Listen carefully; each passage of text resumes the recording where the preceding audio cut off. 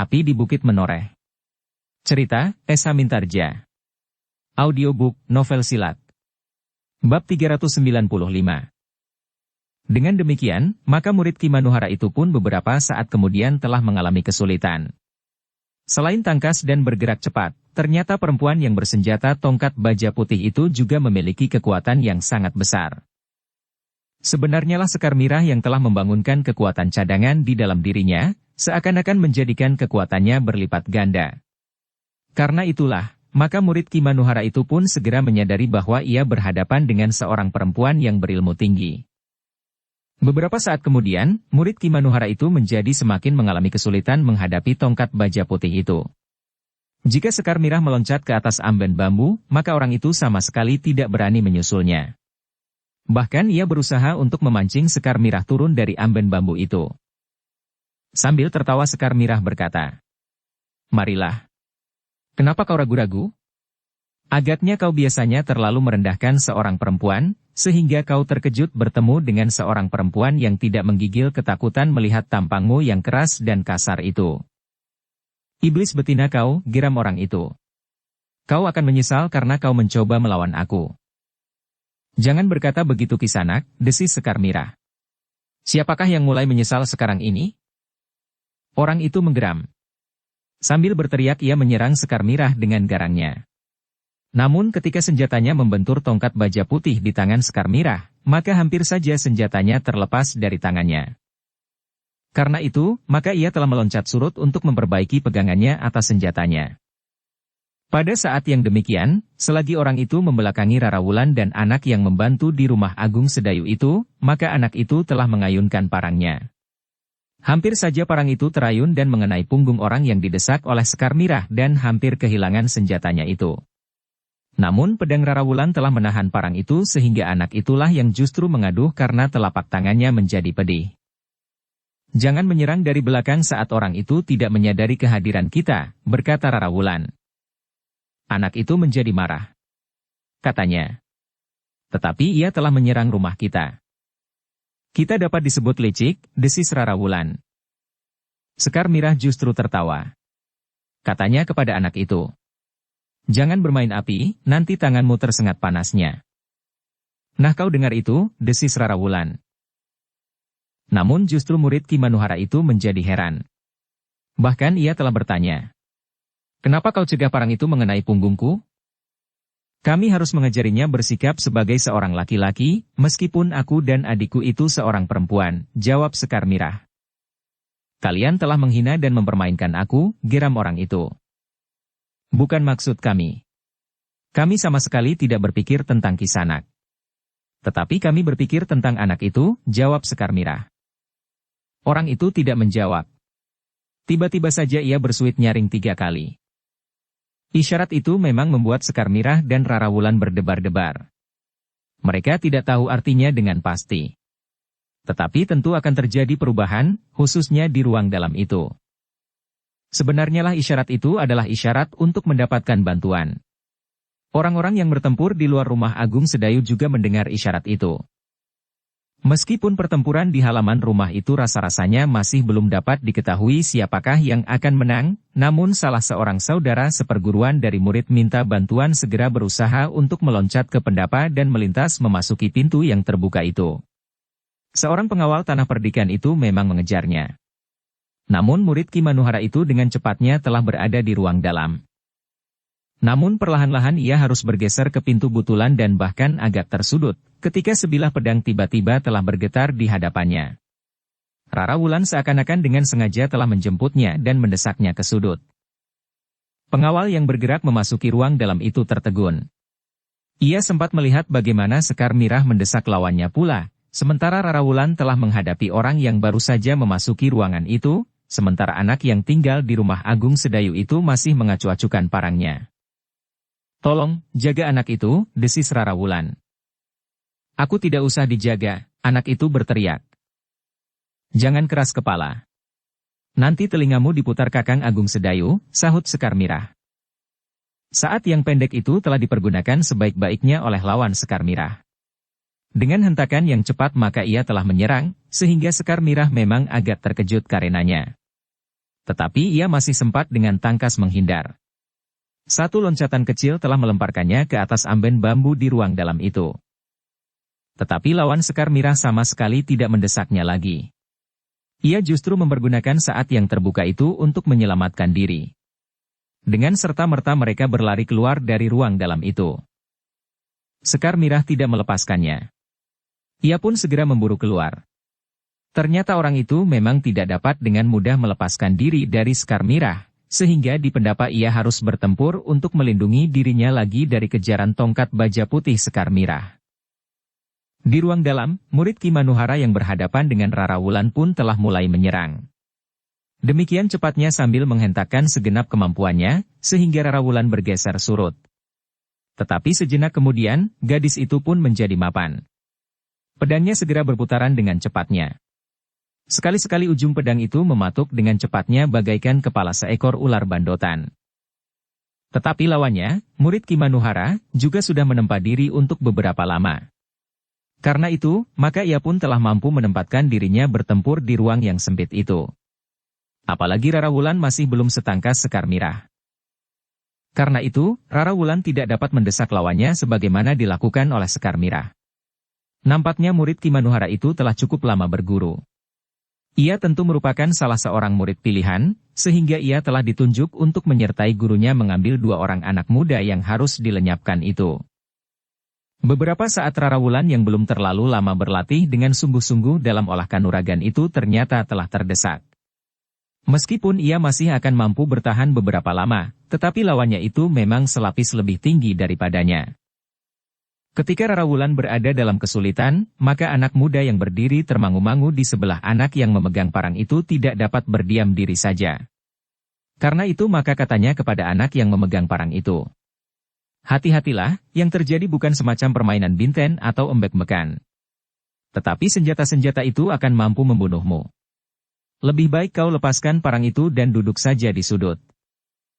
Tetapi anak muda itu tidak menunggu jawaban anak itu. Dengan tangkasnya pengawal terpilih dari tanah perdikan itu segera meloncat bergabung dengan Rara Wulan melawan murid Ki Manuhara itu. Dengan demikian maka keseimbangan beralih. Murid Ki Manuhara itu ternyata mengalami kesulitan untuk bertempur melawan 2 orang di tempat yang sempit. Karena itu maka ia pun berusaha untuk dapat keluar dari ruang dalam itu. Dalam pada itu di halaman, pertempuran pun menjadi semakin sengit. Kiai Samepa benar-benar telah berhadapan dengan murid orang bercambuk. "Kenapa tidak kau panggil gurumu untuk melindungi adikmu itu?" bertanya Kiai Samepa yang menyerang Agung Sedayu dengan cepatnya. Tangannya terayun hampir saja menyambar wajah Agung Sedayu yang sempat berpaling. Jika saja kukunya yang tajam itu mengenai kulit wajahnya, maka Agung Sedayu akan mengalami kesulitan. Darah tentu akan mengalir dari kulitnya yang terkoyak, yang akan dapat menutup pandangan matanya. Selain perasaan pedih, maka luka itu akan meninggalkan bekas, seandainya Agung Sedayu dapat lolos dari tangan Kiai Samepa itu. Agung Sedayu bergeser selangkah surut, ia sempat melihat kuku-kuku jari tangan Ki Samepa yang mengembang. Ternyata Ki Samepa menyadari bahwa Agung Sedayu memperhatikan kuku-kukunya. Karena itu maka ia pun berkata, "Jangan heran. Bukan dari jari-jariku tumbuh kuku-kuku baja yang tajam seperti itu. Tetapi aku sempat membuatnya agar aku dapat mengoyak wajahmu. Lihat, jari-jari tanganku yang sebelah kanan ditumbuhi kuku-kuku sewajarnya.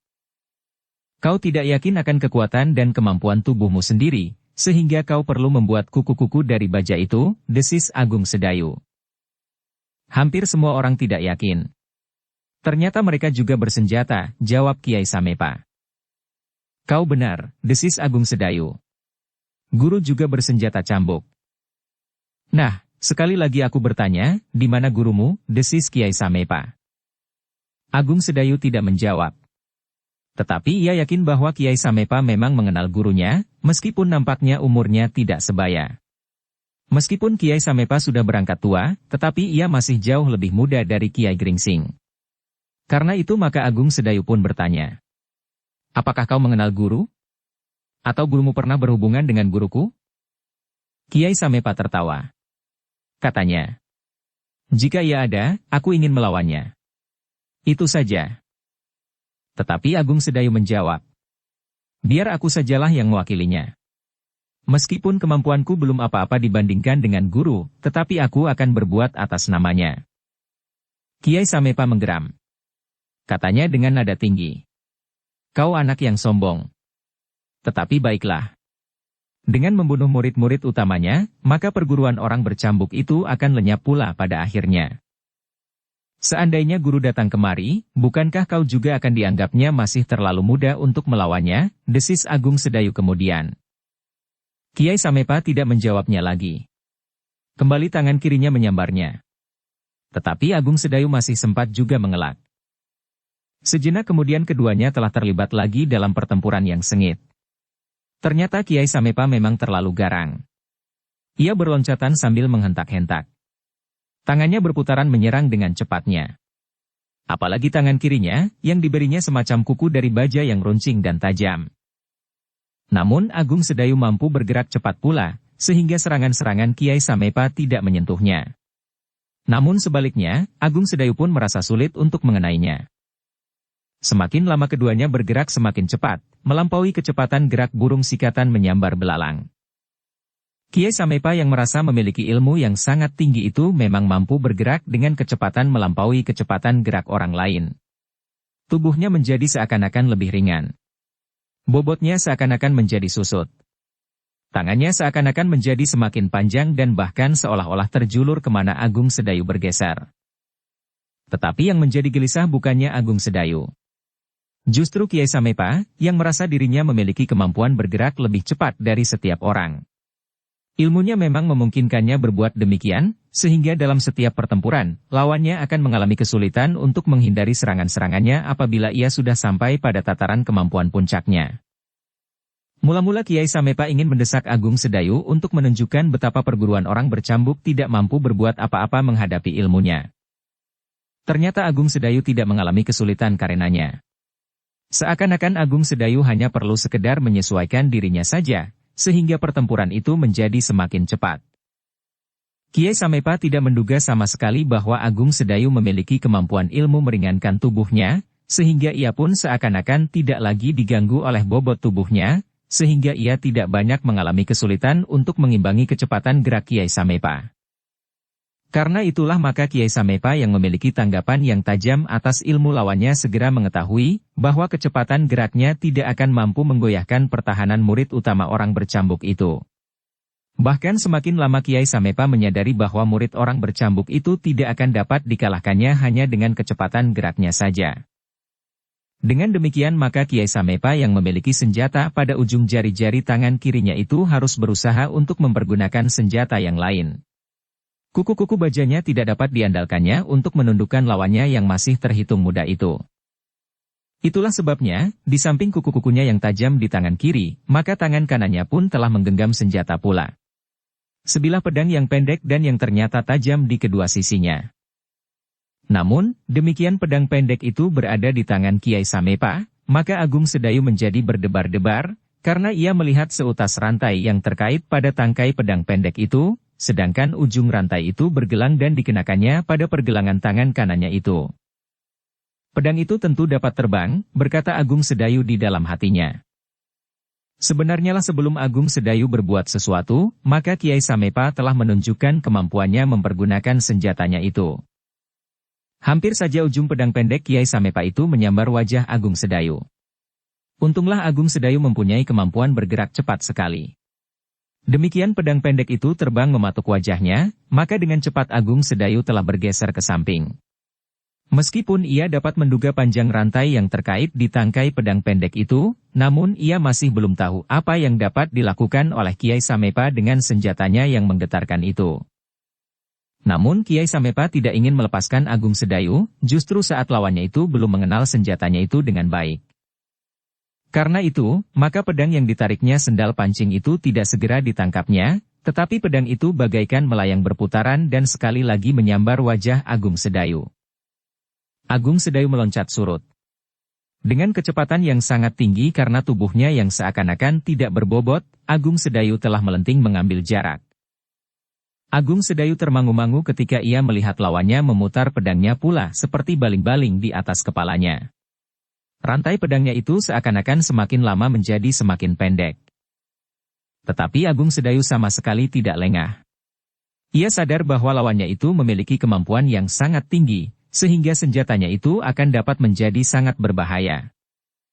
Sebenarnya lah ketika rantai itu menjadi tinggal sejengkal, maka orang itu telah meloncat dengan kecepatan yang sangat tinggi, seakan-akan terbang menyambar langsung tubuh Agung Sedayu. Sementara itu pisaunya telah meluncur mematuk ke arah jantung.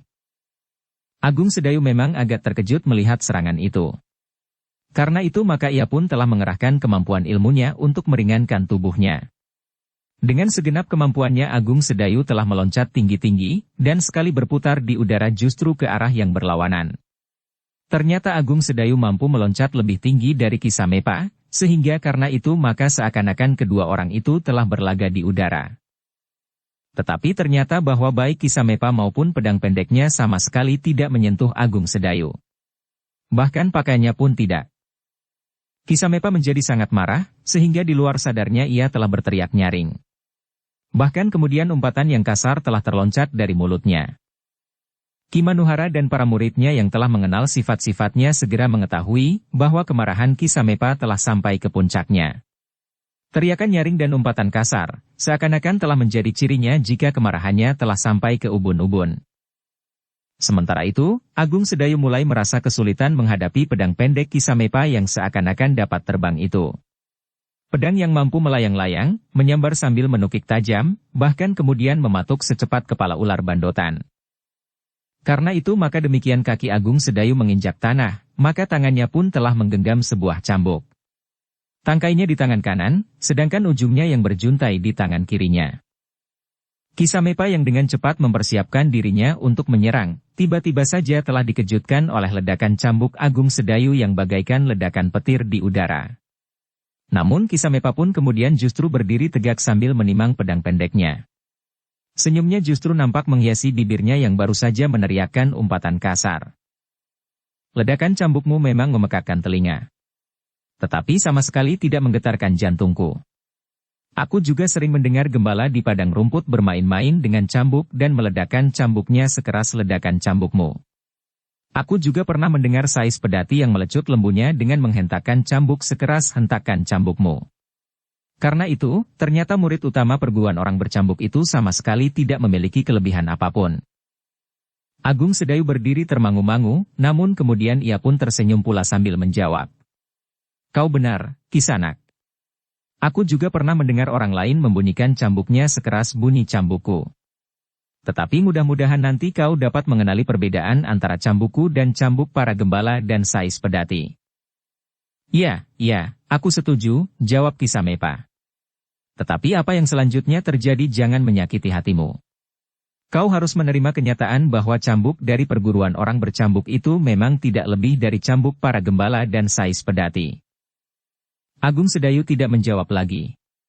Ia pun dengan penuh kewaspadaan telah memperhatikan gerak pedang pendek yang masih ditimang-timang oleh Kisamepa.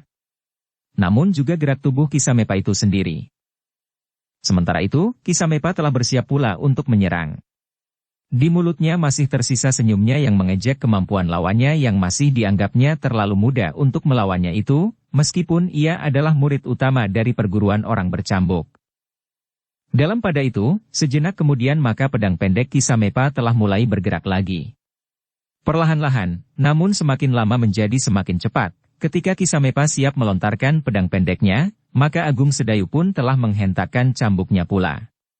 Sekali lagi terdengar ledakan yang memekakkan telinga. Kisamepa memang urung menyerang. Namun ia masih juga dapat tertawa sambil berkata, "Kau hanya dapat mengejutkan lawanmu. Tetapi kau tidak dapat berbuat demikian terus-menerus. Pada suatu saat aku akan terbiasa dengan bunyi cambukmu. Dan itu adalah pertanda bahwa perlawananmu akan berakhir." Agung Sedayu tidak menjawab. Tetapi ia sudah bersiap untuk menghadapi pertempuran berikutnya. Namun Agung Sedayu menyadari sepenuhnya bahwa yang akan terjadi adalah puncak dari pertarungan ilmu yang dahsyat. Sementara itu pertempuran di halaman rumah Agung Sedayu itu semakin lama menjadi semakin sengit. Masing-masing pihak telah menunjukkan kemampuan mereka yang tinggi. Mereka berusaha untuk mengatasi ilmu lawan-lawan mereka masing-masing dengan meningkatkan ilmu mereka mendekati puncak kemampuan mereka. Namun pada umumnya mereka masih ingin membuat perbandingan ilmu dengan lawan-lawan mereka, sehingga mereka tidak langsung melepaskan ilmu-ilmu puncak mereka. Namun setelah beberapa lama mereka bertempur dan tidak dapat mengalahkan lawan-lawan mereka, maka barulah mereka merambah ke ilmu puncak masing-masing. Dalam pada itu, Kipatitis dan Kitangkil merasa bahwa tugasnya menjadi sangat berat. Mereka berhadapan langsung dengan anak-anak muda yang mereka cari. Dua orang anak muda yang disebut pembunuh lembu jantan itu. Kedua orang anak muda itu tidak boleh lolos dari tangan mereka. Keduanya harus dapat ditangkap hidup atau mati. Karena itu, maka baik Kipatitis maupun Kitangkil harus mengerahkan kemampuan mereka untuk melakukan tugas mereka itu. Dalam pertempuran yang terjadi kemudian, maka ternyata bahwa anak-anak muda itu benar-benar anak-anak muda yang memiliki ilmu yang tinggi. Kipatitis memang terkejut ketika serangan-serangannya yang pertama sama sekali tidak berarti. Anak muda itu dengan mudahnya menghindarkan diri dari garis serangannya. Kecepatan geraknya jauh melampaui dugaannya. Karena itu, maka Kipatitis tidak mau membuang waktu terlalu banyak. Ia merasa bertanggung jawab atas keberhasilan tugas mereka dalam keseluruhan. Jika ia gagal menangkap lawannya hidup atau mati, maka gagallah tugas seluruhnya. Apa yang mereka lakukan dalam kelompok yang besar itu tidak berarti sama sekali, selain melemparkan beberapa korban tanpa arti. Kitangkil pun menjadi tegang sejak ia mulai melangkahkan kakinya dalam pertempuran yang keras itu. Lawannya masih muda. Bahkan menurut pendapatnya masih terlalu muda. Tetapi ternyata dalam umurnya yang masih muda itu, ia telah memiliki bekal ilmu yang tinggi. Serangan-serangannya tidak segera dapat mengenai lawannya yang semula dianggapnya tidak akan dapat memberikan perlawanan terlalu lama. Namun ternyata dugaannya itu keliru. Anak muda yang telah berhasil membunuh lembu jantan itu benar-benar seorang anak muda yang mumpuni. Namun Kitangkil juga orang yang berilmu tinggi.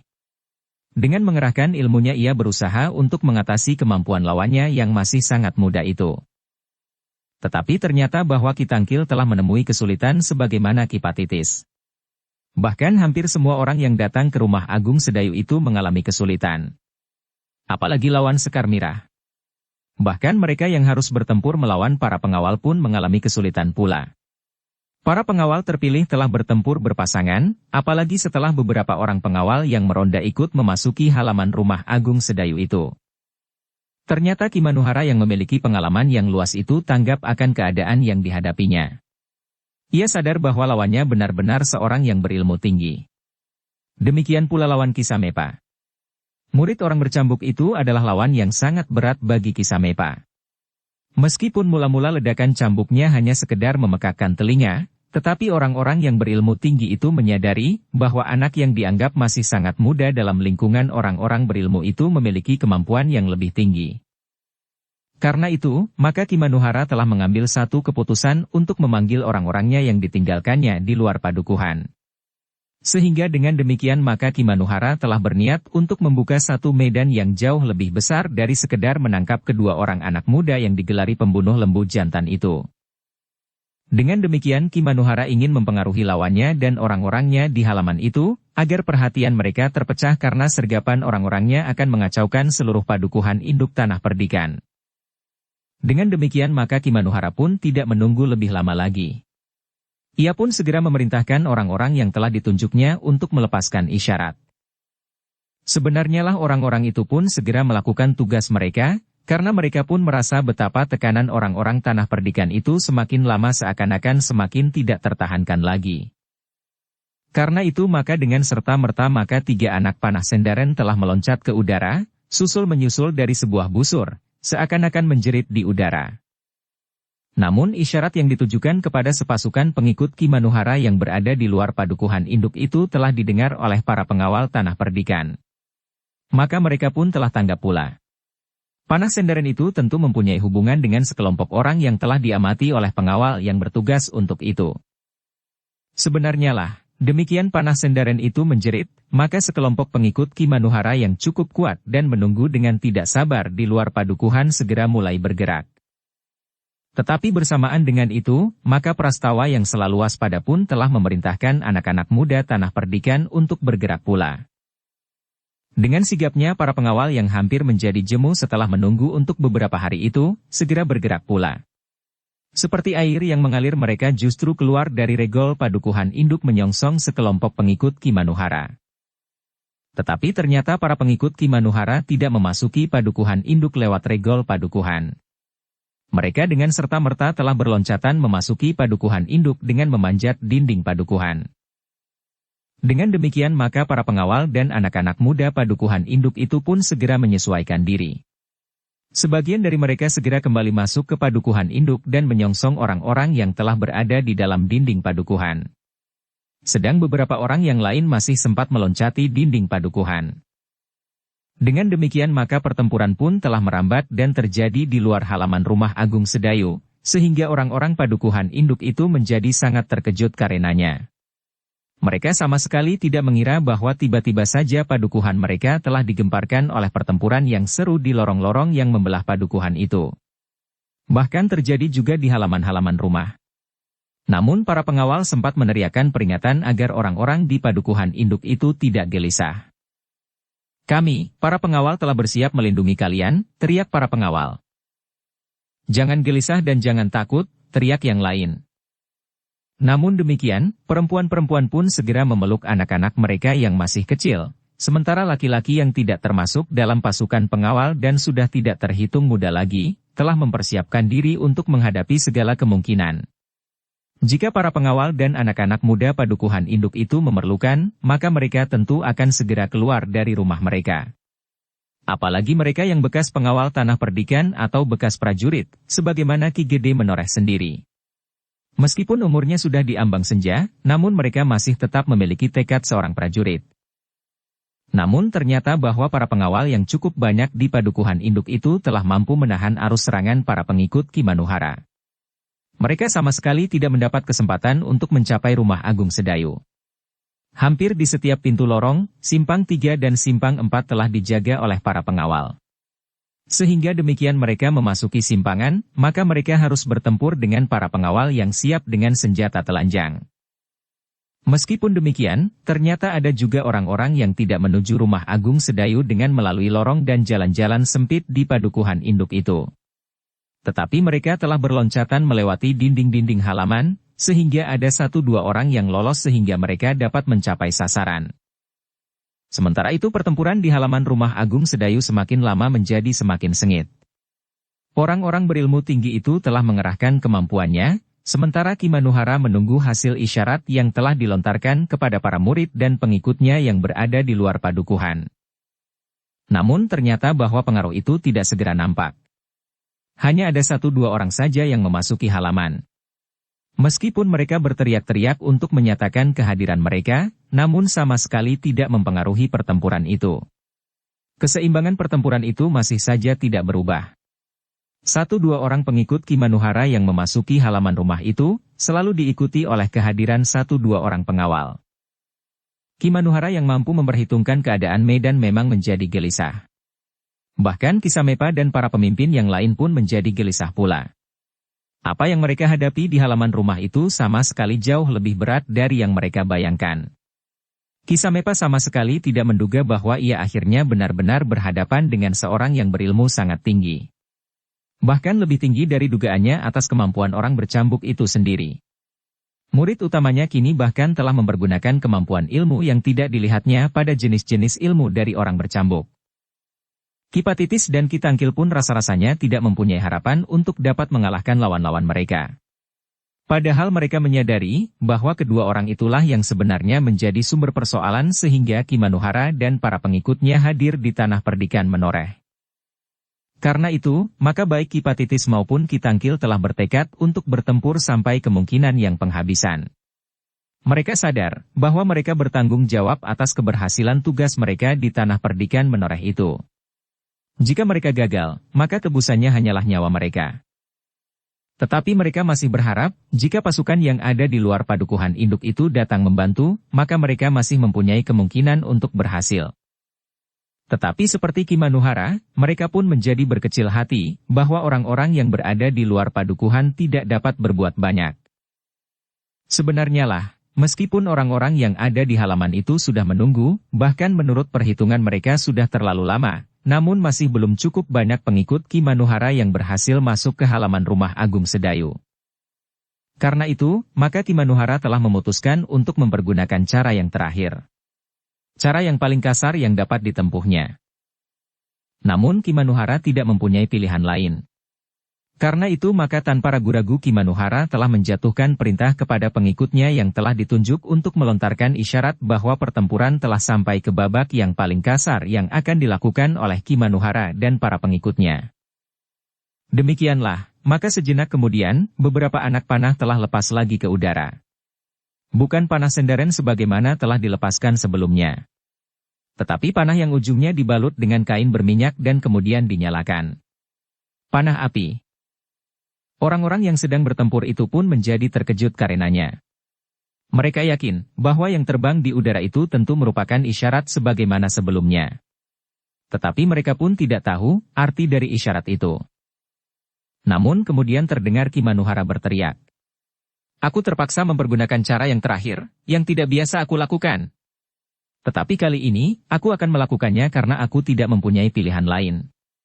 Aku tidak mau mengulangi kegagalan yang telah terjadi di rumah Ki Lurah Beranjangan. Apa yang akan kau lakukan? Bertanya Ki Jayaraga. Apapun. Namun yang penting bagi kami adalah kedua orang anak muda itu. Jika keduanya kau serahkan kepada kami, maka tanah perdikan ini akan diselamatkan.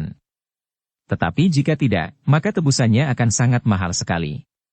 Padahal akhirnya keduanya akan tetap jatuh ke tanganku, jawab Ki Manuhara. Tetapi Ki Jayaraga menjawab tidak kalah lantangnya. Kami mempunyai kesetiakawanan yang tinggi. Karena itu, jangan bermimpi bahwa kami akan menyerahkan anak-anak kami.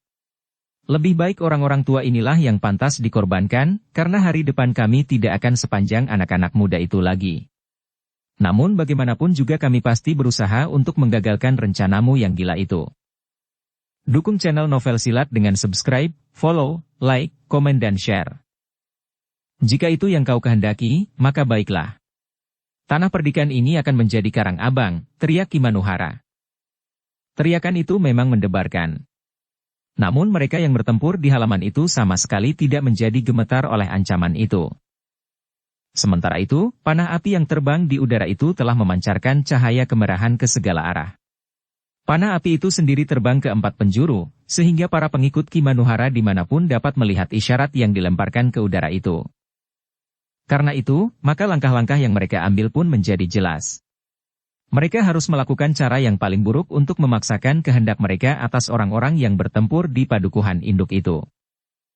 Para pengawal yang bertempur di luar dinding halaman rumah Agung Sedayu itu pun menyadari bahwa isyarat itu tentu akan membuat pertempuran menjadi semakin sengit. Bahkan mungkin akan terjadi hal-hal yang tidak diduga sebelumnya. Sebenarnya lah yang terjadi memang demikian. Di luar dugaan para pengawal, para pengikut Ki Manuhara seakan-akan telah berubah menjadi liar, pertempuran menjadi tidak menentu lagi. Bahkan beberapa orang seakan-akan telah hilang di dalam kegelapan. Namun tiba-tiba terdengar jerit dan teriakan yang menggetarkan jantung. Bukan dari antara mereka yang bertempur. Tetapi jerit perempuan dan bahkan anak-anak. Ternyata sejenak kemudian, nampak asap naik ke udara. Kemudian disusul lidah api mulai menjilat langit yang kehitam-hitaman. Para pengawal terkejut melihat kenyataan itu. Ternyata telah timbul kebakaran di padukuhan induk itu. Penghuni rumah yang terbakar itu telah berlari-lari seperti anak ayam kehilangan induknya. Para pengawal memang cepat tanggap. Sebagian dari mereka segera berlari ke arah api. Sementara yang lain menggapai kentongan dan memukulnya dengan nada titir. Tanah perdikan menoreh, khususnya di padukuhan induk itu, tidak lagi dapat dijaga agar penghuninya tidak menjadi ketakutan. Apalagi ternyata tidak hanya 1-2 rumah saja yang terbakar. Tetapi beberapa rumah yang letaknya tidak terlalu berjauhan. Padukuhan induk tanah perdikan menoreh memang menjadi gempar. Beberapa orang pengawal tidak lagi dapat bertempur, karena mereka harus mengendalikan penduduk yang berlari-larian ketakutan. Namun demikian, setiap laki-laki yang semula berada di dalam rumahnya karena dianggap terlalu tua untuk ikut bertempur, telah turun pula dengan senjata di tangan. Dengan sigap para pengawal berusaha untuk membawa orang-orang yang ketakutan dan menjadi kalut itu ke Banjar Padukuhan. Beberapa pengawal telah menjaga Banjar itu dengan sebaik-baiknya, sehingga tidak akan terjadi bahwa Banjar itu pun akan ikut terbakar pula. Namun demikian, padukuhan induk itu benar-benar telah menjadi kacau. Para pengawal tidak lagi mampu membendung para pengikut Ki Manuhara agar tidak mencapai halaman rumah Agung Sedayu. Karena itu maka beberapa orang di antara para pengikut Ki Manuhara telah berhasil mencapai pintu gerbang rumah Agung Sedayu. Beramai-ramai mereka memasuki halaman sambil berteriak-teriak. Dengan demikian mereka berusaha untuk mempengaruhi ketahanan jiwani pengawal tanah perdikan menoreh yang berada di halaman itu. Sebenarnya lah, orang-orang yang bertempur di halaman rumah Agung Sedayu itu menjadi gelisah. Mereka melihat cahaya merah menjulang ke langit. Kemudian lidah api yang menjilat dedaunan. "Gila," teriak Ki Jayaraga. "Apa yang telah kau lakukan atas padukuhan induk tanah perdikan ini?" "Bukan akulah yang bertanggung jawab," jawab Ki Manuhara. "Aku sudah memperingatkan agar kalian tidak membuat padukuhan induk ini menjadi karang abang. Jika kalian menyerahkan kedua orang anak muda itu, maka keadaan yang sangat buruk itu tidak akan terjadi di padukuhan induk ini. Aku sama sekali tidak mengira bahwa orang yang memiliki ilmu setinggi kau ini masih juga dapat kehilangan nalar dan bertindak dengan liar, bahkan melampaui buasnya serigala," geram Ki Jayaraga yang dengan marah menyerang Ki Manuhara. Tetapi Ki Manuhara masih sempat mengelak sambil berkata, "Jika kau serahkan kedua anak itu, maka aku dan orang-orangku akan segera meninggalkan padukuhan induk ini tanpa mengganggu para penghuninya. Kebiadaban itu sudah terlanjur kau lakukan. Kau harus menebusnya," geram Ki Jayaraga yang serangan-serangannya menjadi semakin garang. Namun bagaimanapun juga Ki Jayaraga tidak dapat menyembunyikan kegelisahannya karena api yang semakin lama menjadi semakin besar. Bahkan di beberapa tempat, Agung Sedayu pun menggeretakkan giginya. Kemarahannya telah membakar jantungnya pula. Bahkan hampir saja Agung Sedayu kehilangan penalarannya. "Apa boleh buat," katanya. "Memang tidak ada pilihan lain kecuali menghancurkan mereka semuanya." Dengan penuh kesadaran bahwa lawannya adalah orang yang berilmu tinggi pula, maka Agung Sedayu pun telah meningkatkan ilmunya pula. Ketika cambuknya terhentak sendal pancing justru tanpa meledakkan bunyi yang memekakkan telinga, Ki Samepa menjadi semakin berdebar-debar. Getaran cambuk yang tidak lagi meledak memekakkan telinga itu terasa telah menampar dada Ki Samepa sehingga terasa nafasnya menjadi sesak. "Setan kau," geram Ki Samepa. "Kita sudah sampai ke batas terakhir dari kesabaran kita masing-masing," desis Agung Sedayu. "Kau mencoba untuk menakut-nakuti aku," desis Ki Samepa. "Ku dan adikku itu seorang perempuan," jawab Sekar Mirah. "Kau sendiri menjadi gelisah. Juga orang yang kau anggap sebagai pemimpinmu, yang telah memberikan perintah yang gila untuk membakar rumah-rumah orang yang tidak bersalah sama sekali," geram Agung Sedayu. "Itu adalah tanggung jawab kalian," jawab orang itu. "Jika kalian serahkan kedua orang anak muda itu, maka orang-orang yang tidak bersalah tidak akan terpercik oleh ganasnya api pertempuran ini. Kalian dapat saja melemparkan tanggung jawab. Atau barangkali memang demikian itulah sifat para pengecut. Tetapi setiap orang akan dapat menilai apa yang terjadi di tanah perdikan ini," sahut Agung Sedayu. "Aku tidak peduli penilaian orang lain.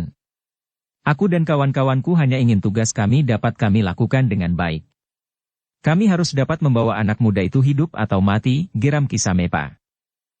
"Aku beri waktu kau sejenak untuk melihat pertempuran antara orang-orangmu dengan kedua orang anak muda yang kau cari itu. Umur mereka tidak akan lama lagi jika orang-orangmu itu tidak mau menyerah saja," berkata Agung Sedayu kemudian. "Omong kosong," teriak Ki Samepa sambil menyerang. Pedangnya berputar di atas kepalanya. Namun kemudian melayang langsung menebas ke arah leher Agung Sedayu. Tetapi Agung Sedayu terlalu tangkas bagi putaran pedang Ki Samepa. Karena itu, pedang Ki Samepa terbang tanpa menyentuh sasarannya sama sekali. Bahkan Ki Samepa harus dengan tergesa-gesa meloncat mengambil jarak, karena tangan Agung Sedayu mulai menggerakkan cambuknya. Sebenarnya lah cambuk Agung Sedayu telah menggelepar. Suaranya sama sekali tidak mengejutkan lagi. Tidak pula memekik tinggi. Namun getarannya bagaikan menerpa dada Ki Samepa sehingga terasa nafasnya menjadi sesak sesaat. Ki Samepa memang menjadi berdebar-debar. Getaran cambuk itu sudah cukup membuat jantungnya berdegup semakin keras. Apalagi jika ujung cambuk itu sempat menyentuh kulitnya. "Bagus," teriak Ki Samepa untuk menyembunyikan kegelisahannya. Lalu katanya pula sambil memutar pedang pendeknya. Tetapi kau tidak akan dapat mengalahkan aku sebelum rumah-rumah di padukuhan induk ini habis menjadi abu. Wajah Agung Sedayu memang menegang, ia tidak mampu menyembunyikan kegelisahannya. Sementara kekacauan di padukuhan induk itu masih berlangsung terus. Orang-orang berlarian ke sana kemari kebingungan. Sementara itu para pengawal harus bekerja keras untuk memenangkan mereka sambil bertempur dengan garangnya. Dengan demikian maka kesempatan para pengikut Ki Manuhara untuk mencapai halaman rumah Agung Sedayu menjadi lebih besar. Beberapa orang sambil berteriak-teriak telah berebut dahulu menyusup regol halaman dan langsung terjun ke pertempuran. Melihat kehadiran mereka Ki Manuhara memang menjadi lebih tenang. Bagaimanapun juga orang-orang terpenting Tanah Perdikan yang berilmu tinggi tidak dapat menutup mata bahwa kehadiran orang-orang itu memang mempengaruhi pertempuran. Apalagi di antara mereka tentu akan mengganggu pula para pemimpin dan orang-orang berilmu tinggi dari Tanah Perdikan Menoreh. Meskipun kemampuan mereka tidak banyak berarti, tetapi gangguan-gangguan itu akan memberi peluang kepada lawan-lawan mereka yang berilmu tinggi untuk menyerang. Sementara itu, di luar halaman rumah Agung Sedayu, para pengawal memang menjadi sangat gelisah. Mereka tidak dapat memusatkan perhatian mereka kepada para pengikut Ki Manuhara yang semakin banyak yang berhasil menembus pertahanan para pengawal. Dalam pada itu, maka peristiwa itu telah didengar pula oleh Ki Gede Menoreh yang tetap tinggal di rumahnya sepanjang keadaan masih dapat dikuasai. Namun laporan tentang orang-orang yang membakar rumah serta kehadiran para pengungsi di rumahnya, membuat wajah Ki Gede menjadi merah. Darahnya serasa mendidih di jantungnya, sehingga karena itu maka ia pun telah berteriak memerintahkan menyiapkan kudanya. Prastawa yang ada di pendapa rumah Ki Gede segera menghampirinya serta bertanya, "Paman akan pergi kemana? Kau dengar laporan itu, bahwa para perampok itu telah membakari rumah orang-orang yang tidak tahu menahu persoalannya sama sekali? Sebaiknya Paman tinggal di rumah saja. Aku akan mengatasinya," berkata Prastawa. Tetapi Ki Gede yang telah memegang tombak pendeknya itu berkata, "Aku akan pergi." Prastawa tahu benar sifat Ki Gede. Karena itu maka ia tidak berusaha mencegah lagi. Tetapi ia pun dengan serta-merta telah menyiapkan kudanya pula bersama 2 orang pengawal terpilih. Sejenak kemudian, maka 4 ekor kuda telah berderap berlarian menyusuri jalan padukuhan. Ternyata Ki Gede yang usianya sudah semakin tua itu masih tetap garang. Jika dijumpainya para pengikut Ki Manuhara, maka tombak pendeknya segera berputar dan mematuk dengan garangnya tanpa ampun lagi. Tetapi Ki Gede pun tidak dapat menutup mata terhadap para pengungsi, dalam keadaan yang kalut itu, maka Ki Gede pun telah membantu para pengungsi untuk pergi ke Banjar atau ke rumahnya. Sementara itu, api pun berkobar di mana-mana. Para pengikut Ki Manuhara benar-benar tidak berjantung lagi. Mereka sama sekali tidak terpengaruh mendengar jerit dan tangis perempuan dan anak-anak. Sementara itu, pertempuran di halaman rumah Agung Sedayu memang telah menjadi kalut pula. Orang-orang yang menjadi liar dan buas itu menjadi tidak terkendali lagi. Namun dalam pada itu, selain Ki Gede bersama Prastawa yang marah yang telah turun ke medan, maka nyala api telah nampak pula dari barak pasukan khusus Mataram yang ada di Tanah Perdikan Menoreh. Bahkan prajurit yang bertugas telah melihat pula panah api yang naik ke udara. "Bukan isyarat dari orang-orang Tanah Perdikan Menoreh," berkata prajurit yang bertugas itu kepada kawannya.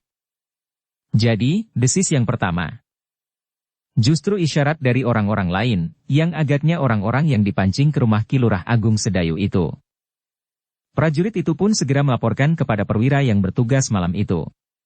Perwira yang sudah mendapat berbagai pesan dari Agung Sedayu itu segera mengeluarkan perintah kepada sekelompok prajurit khusus yang telah dipersiapkan.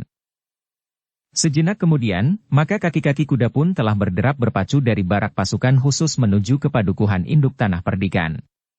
Apalagi ketika nampak api mulai menjilat langit. Maka kuda-kuda itu pun segera berpacu semakin cepat. "Agaknya telah terjadi kebakaran di Tanah Perdikan," berkata perwira yang memimpin sekelompok pasukan itu. Tetapi tidak terdengar kentongan bernada 3 ganda. Yang terdengar adalah nada titir, sahut seorang prajurit. "Ya. Bukan kebakaran, tetapi rumah-rumah yang dibakar," desis perwira itu. Karena itu, maka para prajurit itu pun berusaha secepatnya sampai ke padukuhan induk Tanah Perdikan Menoreh. Dalam pada itu, kekalutan di padukuhan induk semakin menjadi-jadi. Para pengikut Ki Manuhara yang telah berhasil memasuki halaman rumah Agung Sedayu menjadi semakin garang. Para pengawal justru mulai terdesak, karena sebagian para pengawal masih sibuk berjaga-jaga di Banjar, yang lain di rumah Ki Gede, sedang yang lain lagi masih berusaha menenangkan kekalutan yang terjadi. Hanya sebagian kecil saja dari para pengawal yang memasuki halaman rumah Agung Sedayu untuk membantu kawan-kawannya yang terdesak. Sehingga dengan demikian maka pertempuran pun telah memenuhi halaman rumah Agung Sedayu dan melebar sampai ke halaman samping dan kebun di belakang rumah. Bahkan kemudian di jalan di depan rumah Agung Sedayu. Dengan demikian maka usaha Ki Manuhara untuk mengacaukan pemusatan sasaran orang-orang Tanah Perdikan Menoreh telah berhasil. Agung Sedayu, Ki Jayaraga bahkan Sabung Sari dan Gelagah Putih menjadi gelisah melihat pertempuran yang menjadi semakin kisruh. Beberapa orang pengikut Ki Manuhara yang merasa memiliki sedikit kelebihan, telah mulai mengganggu Ki Jayaraga, Agung Sedayu, Sabung Sari dan Gelagah Putih. Orang-orang itu berusaha mengacaukan perlawanan mereka agar Ki Manuhara dan orang-orang terpenting di antara mereka sempat membangunkan serangan-serangan yang berbahaya atas lawan-lawan mereka. Ki Jayaraga dan Agung Sedayu masih sempat mempertimbangkan sasaran kemampuan ilmunya. Namun Sabung Sari dan Gelagah Putih agaknya telah mengambil sikap yang lain.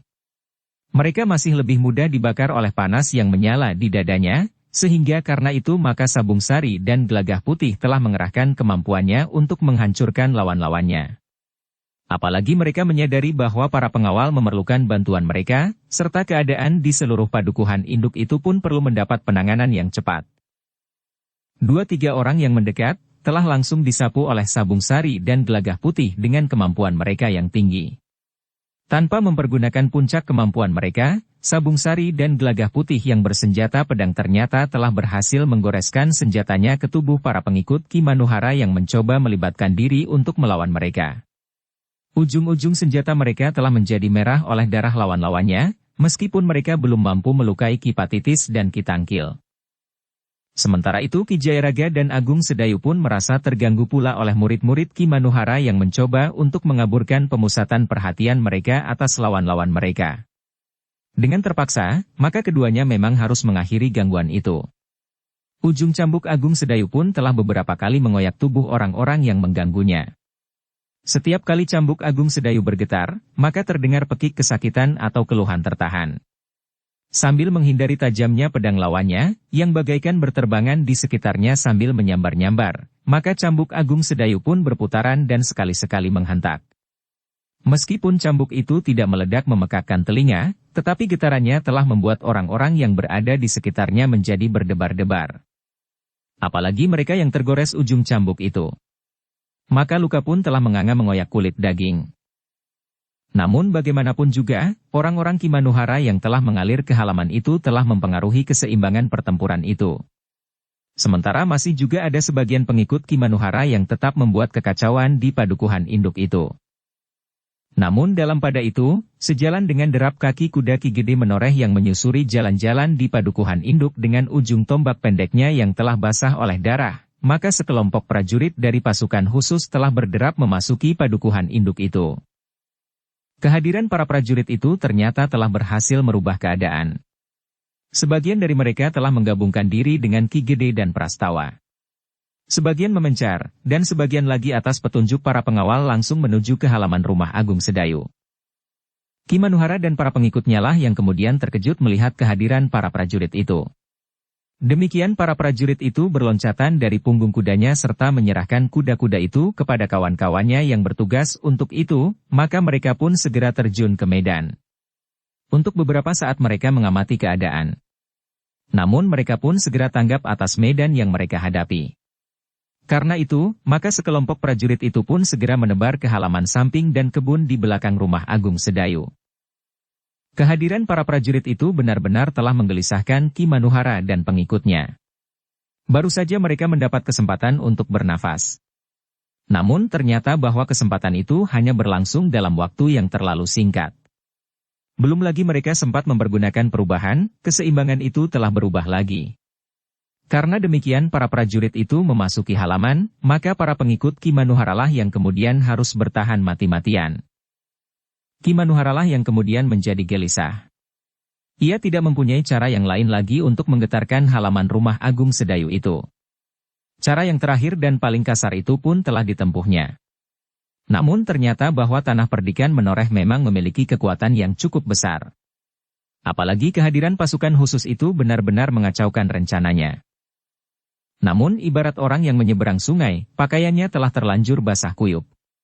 Karena itu, maka Ki Manuhara pun tidak segera mengambil keputusan untuk mengurungkan niatnya mengambil kedua orang anak muda yang disebutnya pembunuh lembu jantan itu.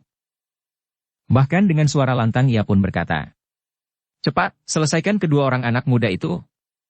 Jika kita tidak dapat membawa mayatnya, maka kita sudah merasa puas bahwa keduanya telah berhasil kita selesaikan. Mereka tidak akan dapat menjadi lambang kejantanan anak-anak muda Mataram lagi. Pembunuh lembu jantan itu telah terbunuh. Anak-anak muda Mataram sama sekali memang tidak berarti bagi kita." Ki Patitis dan Ki Tangkil yang mendengar teriakan itu menjadi semakin gelisah. Tugas untuk membunuh kedua orang yang dimaksudkan tentu tertumpang di pundaknya. Namun keduanya merasa ragu, apakah mereka dapat melakukannya atau tidak. Apalagi ketika para pengikut Ki Manuhara yang ikut membantu mereka, mengganggu pemusatan nalar budi lawan-lawan mereka, telah meninggalkannya, karena mereka sudah mendapat lawan-lawan mereka sendiri. Demikian sepasukan prajurit pasukan khusus datang memasuki halaman rumah itu. Tetapi keduanya memang tidak dapat ingkar. Mereka harus berusaha sampai kemungkinan terakhir untuk menangkap hidup atau mati kedua orang yang dianggap sebagai lambang kejantanan anak-anak muda di Mataram itu. Karena itulah, maka Ki Patitis yang bertempur melawan Sabung Sari itu telah mengerahkan segenap ilmunya. Bahkan kemudian ia telah merambah sampai ke ilmu puncaknya. Dengan mengerahkan kemampuan serta tenaga di dalam dirinya, maka Ki Patitis telah menyerang Sabung Sari dengan ilmu puncaknya, justru saat Sabung Sari meloncat sambil mengayunkan tangannya. Ternyata bahwa Ki Patitis yang melihat serangan itu, tanggap akan kekuatan yang sangat besar pada ayunan tangan Sabung Sari. Berbareng dengan itu, maka Ki Patitis telah menyongsongnya dengan ilmunya yang mendebarkan. Kekuatan ilmu Ki Patitis ternyata telah menghentakkan Sabung Sari. Hembusan yang sangat kuat telah menghantam tubuh Sabung Sari yang sedang meloncat menyerang. Sabung Sari terkejut melihat serangan itu. Ia mencoba menggeliat. Namun serangan Ki Patitis itu masih juga mengenai bagian tubuhnya, sehingga Sabung Sari itu terputar di udara. Tubuhnya melayang dan terlempar beberapa langkah surut. Untunglah bahwa serangan itu tidak seutuhnya menghantam tubuhnya, sehingga Sabung Sari masih dapat memperhitungkan kemungkinan yang dapat terjadi atas dirinya. Sabung Sari jatuh terguling di tanah. Tetapi Sabung Sari masih sempat menempatkan dirinya. Demikian ia jatuh berguling, maka Sabung Sari justru berguling beberapa kali mengambil jarak. Baru kemudian dengan tangkasnya Sabung Sari telah meloncat berdiri. Tetapi demikian Sabung Sari meloncat, maka serangan Ki Patitis telah memburunya pula. Sergapan angin yang sangat kencang, bagai dihembuskan lewat sebuah lubang yang mengarah ke kepalanya. Sabung Sari pun segera meloncat menghindar. Ia berhasil luput dari serangan itu, meskipun ia merasa sapuan angin pada kulit tubuhnya, namun kekuatan angin itu tidak mendorongnya dengan sepenuh tenaga. Tetapi serangan Ki Patitis tidak terhenti sampai sekian. Ia ingin memaksa lawannya kehilangan kesempatan untuk menghindar, apalagi menyerang. Karena itu maka serangannya pun datang beruntun, mengejar kemana saja Sabung Sari bergeser. Tetapi Sabung Sari tidak membiarkan dirinya menjadi sasaran serangan lawannya tanpa berbuat sesuatu. Karena itu, maka Sabung Sari ingin mencari kesempatan untuk membalasnya. Karena itu, ketika serangan-serangan Ki Patitis masih memburunya, maka Sabung Sari pun telah berusaha untuk menghindari serangan-serangan itu sambil bergeser mendekat. Ketika ia merasa jaraknya cukup, tiba-tiba saja Sabung Sari yang berloncatan dan berguling bersama pedangnya itu, telah dengan serta-merta melemparkan pedangnya. Ki Patitis memang terkejut. Tetapi dengan tangkasnya ia berusaha menghindar. Meskipun hampir saja pedang itu menyentuh kulitnya, namun Ki Patitis masih sempat tertawa. Bahkan sambil berkata lantang, "Anak dungu, sekarang kau sudah tidak bersenjata lagi. Akhirnya kau harus menerima kenyataan bahwa umurmu tidak akan lebih sampai hari ini. Berikutnya kau akan mengalami siksaan yang tidak pernah kau bayangkan. Aku akan menyerangmu dengan ilmu puncakku. Mungkin sekali 2 kali, bahkan mungkin 10 kali kau mampu menghindar. Namun akhirnya kau tentu akan kehilangan kesempatan itu. Kau akan terlempar, terbanting dan berputaran di udara, sehingga tulang-tulangmu akan berpatahan. Kulitmu akan terkelupas, dan akhirnya kau akan melepaskan nyawamu dalam keadaan yang paling pahit. Sabung Sari sama sekali tidak menjawab. Namun ia telah mempersiapkan diri dengan puncak ilmunya pula. Karena itu, demikian Kipatitis selesai berbicara, maka Sabung Sari pun bertanya. Apakah kau sudah cukup puas mengigau? Pertanyaan itu memang mendebarkan. Ia tidak melihat Sabung Sari menjadi cemas atau ketakutan. Bahkan suaranya masih tetap menantang. Sejenak Kipatitis justru menjadi ragu-ragu melihat sikap Sabung Sari itu. Apalagi ketika Sabung Sari itu bertanya sekali lagi. Apakah kau sudah selesai bicara? Jika sudah, maka kita akan sampai pada ilmu puncak kita masing-masing. Mungkin kau ingin melihat aku terlempar ke udara, terbanting dan jatuh berguling-guling sehingga kulitku terkelupas sebelum aku mati. Tetapi kau tentu akan merasa kecewa, bahwa mimpimu itu tidak akan pernah terjadi sama sekali. Wajah Kipatitis pun menjadi tegang. Namun ia masih menggeram. Anak dungu yang sombong. Baiklah. Kau memang harus mengalami perlakuan kasar dan menyakitkan itu. Karena itu, bersiaplah.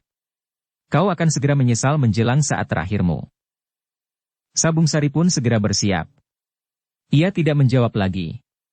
Ia tahu bahwa Kipatitis pun akan segera menyerangnya. Sebenarnya lah, sesaat kemudian Kipatitis pun telah mulai menggerakkan tangannya. Namun Sabung Sari tidak mau menjadi bulan-bulanan lagi.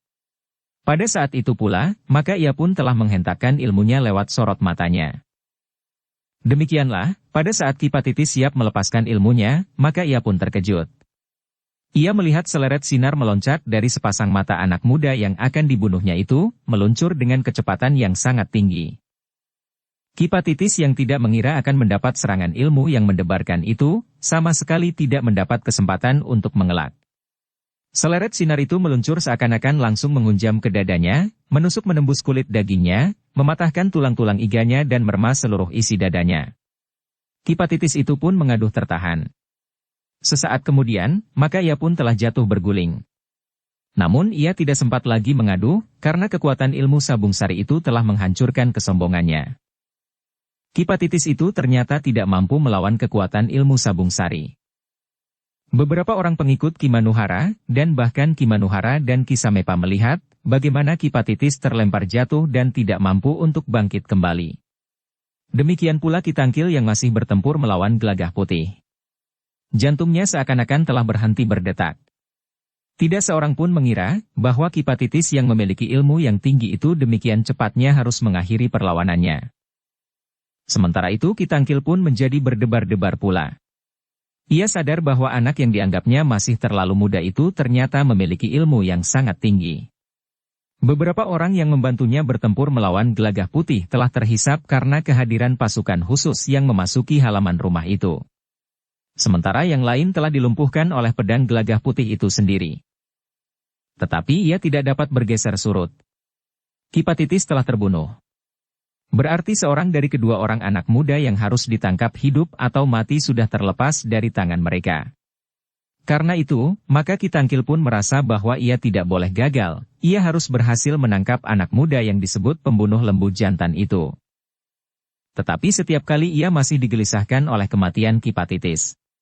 Dengan demikian maka lawan Kipatitis itu tidak terikat lagi dengan siapapun, sehingga ia akan dapat bergabung dengan anak yang masih terlalu muda yang menjadi lawannya itu. Tetapi ternyata Sabung Sari yang telah terbebas dari lawannya, Kipatitis, tidak segera datang membantu Gelagah Putih. Tetapi ia masih saja berdiri termangu-mangu, meskipun beberapa kali ia memang berpaling ke arah Gelagah Putih. Namun Sabung Sari itu masih sempat mendekati tubuh Kipatitis yang terbaring. Meraba tubuhnya yang terbaring diam. Tetapi tubuh itu benar-benar sudah tidak bernafas lagi. Aku tidak mempunyai pilihan lain, desis Sabung Sari. Sementara itu pertempuran semakin lama menjadi semakin seru. Namun kematian Kipatitis adalah satu isyarat yang sangat buruk bagi Kimanuhara dan para pengikutnya. Dalam pada itu, Kitangkil tidak mau kehilangan kesempatan. Karena itu, maka ia pun telah mengerahkan segenap kemampuannya. Sebagai seorang yang berilmu tinggi maka Kitangkil pun juga mempunyai ilmu andalan yang hanya dilepaskan di saat-saat yang paling gawat. Agaknya saat itu ia sudah menganggap bahwa keadaan menjadi sangat gawat setelah kematian Kipatitis. Itulah sebabnya, maka Ki Tangkil pun merasa perlu untuk mengerahkan kemampuannya yang tertinggi untuk secepatnya mengakhiri perlawanan anak yang dianggapnya masih terlalu muda itu. Namun Gagah Putih pun telah mempersiapkan diri pula untuk menghadapi lawannya. Menilik sikapnya, Gagah Putih dapat membaca bahwa lawannya tentu sudah mempersiapkan diri untuk secepatnya mengakhiri pertempuran itu. Tetapi Gagah Putih masih belum tahu apa yang akan dihadapinya kemudian. Sementara itu, Ki Tangkil berusaha untuk menekan lawannya dengan kemampuannya bergerak cepat. Tetapi Gagah Putih pun mampu mengimbanginya. Tetapi ketika Ki Tangkil itu menyerang dengan hentakan yang tiba-tiba, maka Gagah Putih memang agak terdesak surut. Tetapi Ki Tangkil tidak memburunya, ia justru meloncat surut untuk mengambil jarak. Gagah Putih termangu-mangu sejenak. Sementara Ki Tangkil telah mempersiapkan diri untuk segera berusaha menghabisi perlawanan Gagah Putih. Ketika Gagah Putih bersiap untuk menyerang, maka ia melihat Ki Tangkil memasukkan sesuatu ke dalam mulutnya, sehingga karena itu maka Gagah Putih pun dengan seksama memperhatikan, apakah yang akan dilakukan oleh Ki Tangkil dengan mulutnya itu. Namun Ki Tangkil tidak segera menyerangnya dengan serangan yang menentukan. Ia masih berusaha untuk melangkah mendekat dan menyerang dengan senjatanya. Gagah Putih menangkis serangan itu dengan pedangnya. Namun perhatiannya memang sudah terbagi. Sambil memperhatikan senjata Ki Tangkil, ia masih harus memperhatikan mulutnya yang setiap saat akan dapat dipergunakan untuk menyerangnya. Namun Gagah Putih tidak mau berlama-lama dalam kegelisahan. Untuk memaksa lawannya segera mempergunakan kemampuan puncaknya, maka Gagah Putih telah berusaha untuk menekan Ki Tangkil dengan ujung pedangnya.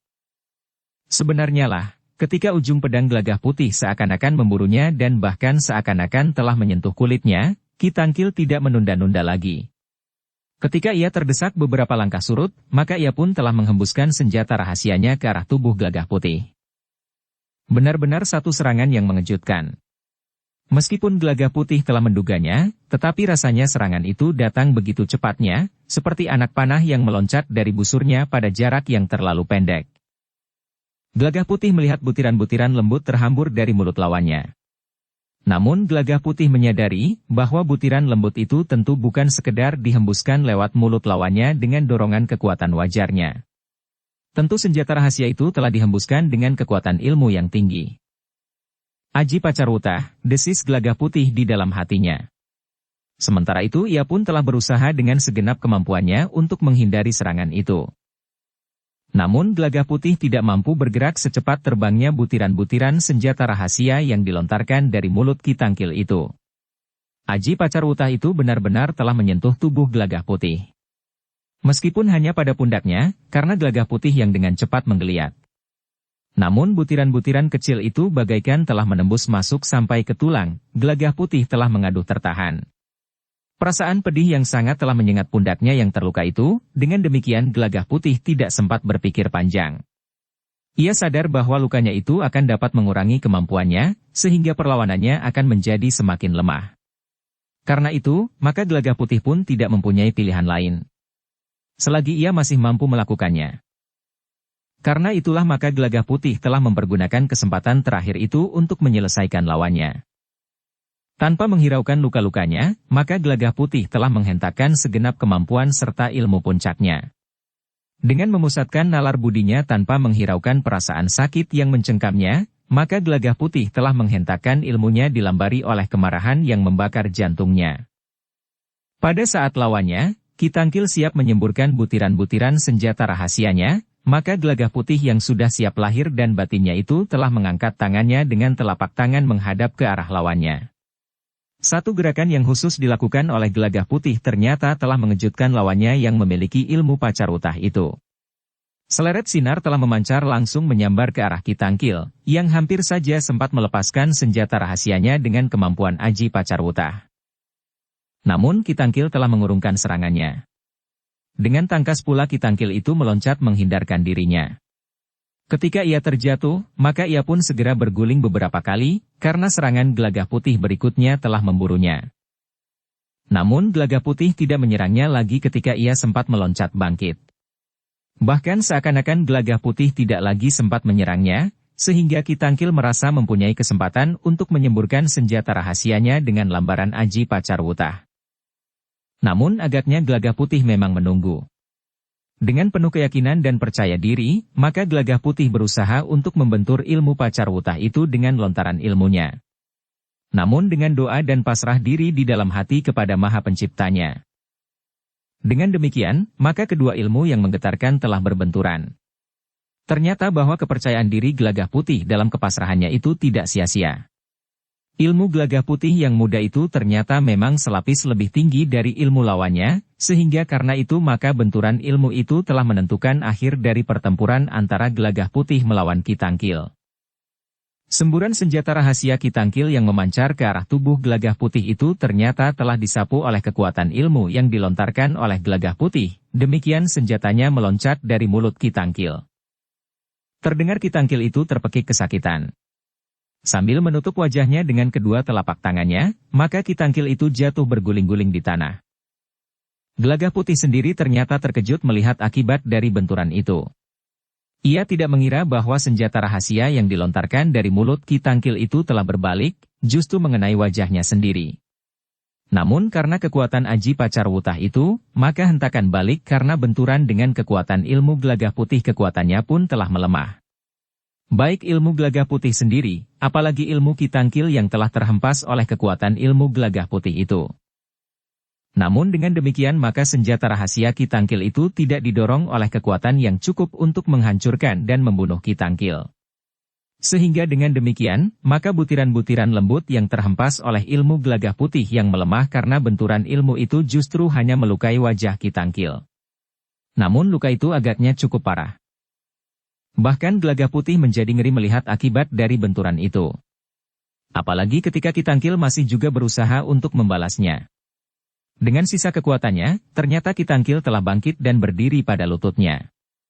Ketika ia membuka kedua tangannya yang menutup wajahnya, maka jantung Gelagah Putih telah tergetar. Karena itu, maka Gelagah Putih benar-benar ingin dengan cepat mengakhiri lawannya. Namun ternyata Gelagah Putih agak terlambat, justru karena ia termangu-mangu melihat sasarannya. Karena itu, Gelagah Putih justru harus meloncat menghindari lawannya lebih dahulu. Lawannya dengan wajah yang mengerikan itu. Wajah yang penuh dibasahi dengan darah karena luka-lukanya. Namun demikian Gelagah Putih menghindar, maka ia pun dengan cepat telah melontarkan serangannya pula. Serangan yang dilontarkan dengan kekuatan ilmu puncaknya dari jarak beberapa langkah itu telah meluncur ke arah Ki Tangkil yang terluka di wajahnya itu. Serangan yang tepat mengenai sasarannya. Sekali lagi Ki Tangkil berteriak. Bukan saja karena kesakitan. Tetapi justru karena kemarahan, kekecewaan dan kebencian yang menghentak-hentak di dadanya, sementara ia merasa bahwa ia tidak akan dapat berbuat apa-apa lagi. Karena ia sadar bahwa serangan anak yang masih terlalu muda itu akan menghabisi perlawanannya.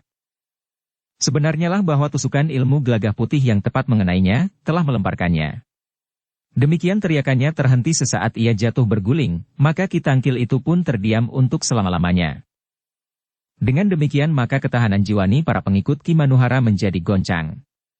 Orang-orang yang ditugaskan secara langsung untuk menangkap hidup atau mati sasaran utama mereka datang ke tanah perdikan menoreh itu, justru sudah terbunuh oleh anak-anak muda yang akan mereka tangkap itu sendiri. Sementara Ki Manuhara dan Ki Samepa telah mendapat lawan yang berilmu sangat tinggi, sehingga mampu mengimbangi ilmu Ki Manuhara dan Ki Samepa, yang dianggap oleh para pengikutnya sebagai orang yang tidak terkalahkan. Ki Manuhara sendiri tidak dapat menutup kenyataan itu. Dua orang yang dianggap memiliki kemampuan terbaik di antara para pengikutnya itu telah terbunuh. Tetapi Ki Manuhara sendiri bukan orang yang mudah menyerah. Demikian pula Ki Samepa yang memang ingin mematahkan jalur perguruan orang bercambuk, di samping tugasnya mendampingi Ki Manuhara yang datang ke Mataram dengan satu niat yang matang. Kedua orang itu masih berharap untuk menghancurkan lawan-lawan mereka, jika mereka berhasil, maka yang lain tidak akan sulit untuk menyelesaikannya. Namun kenyataan yang terjadi memang menggelisahkannya. Para pengikutnya mengalami kesulitan untuk menghadapi para pengawal dan prajurit dari pasukan khusus yang memasuki halaman rumah itu. Sementara itu pengikut Ki Manuhara sendiri, agaknya seluruhnya yang tersisa telah berada di halaman itu. Tidak ada lagi lidah api yang baru melonjak menggapai langit. Meskipun api masih berkobar, tetapi Ki Manuhara menduga bahwa di luar halaman rumah itu, para pengawal dan prajurit dari pasukan khusus itu sudah dapat menguasai keadaan. Sebenarnya lah, Ki Gede menoreh, Prastawa dan para pengawal, dibantu oleh beberapa orang prajurit dari pasukan khusus Mataram yang berada di tanah perdikan menoreh itu, sudah menguasai keadaan. Orang-orang yang menjadi ketakutan dan mengungsi ke Banjar atau ke rumah Ki Gede sudah mulai ditenangkan, meskipun di antara mereka masih ada yang seakan-akan kehilangan akal. Tetapi mereka telah berada di tempat yang aman, di bawah pengawasan para pengawal tanah perdikan menoreh. Beberapa orang laki-laki yang memiliki keberanian, dibantu oleh para pengawal, berusaha untuk memadamkan api yang masih menyala menelan beberapa rumah. Tetapi mereka memang mengalami kesulitan karena tidak hanya sebuah rumah yang terbakar, sehingga api menjadi sulit untuk dikuasai. Yang kemudian dilakukan oleh orang-orang pedukuhan induk tanah perdikan itu adalah mencegah menjalarnya api ke bangunan-bangunan yang masih belum terbakar, tetapi terlalu dekat dengan api. Sementara itu pertempuran masih berlangsung di halaman rumah Agung Sedayu. Ki Manuhara dan Ki Samepa yang gelisah telah meningkatkan ilmunya menuju ke kemampuan puncak. Sementara itu, mereka masih menunggu, apakah kedua orang anak muda yang menjadi sasaran utama kehadiran mereka di tanah perdikan menoreh, namun justru telah membunuh orang-orang yang ditugaskan untuk menangkap mereka itu, akan melibatkan diri dalam pertempuran antara orang-orang berilmu sangat tinggi itu. Namun ternyata bahwa Sabung Sari justru telah mendekati Gelagah Putih yang terduduk. Luka-luka di pundaknya justru menjadi semakin menggigit. Perasaan sakit yang sangat telah menusuk-nusuk sampai ke tulang.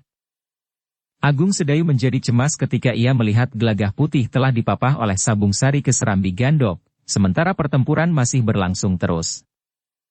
Yang kemudian juga berlari-lari mendekat adalah Rara Wulan. Setelah berusaha melepaskan diri dari lawannya, maka ia pun segera berlari. Demikian ia melihat Gelagah Putih nampaknya terluka di pertempuran itu, sementara seorang prajurit telah menahan seorang yang berusaha memburunya. "Kau kenapa, Kakang?" bertanya Rara Wulan dengan nafas yang terengah-engah.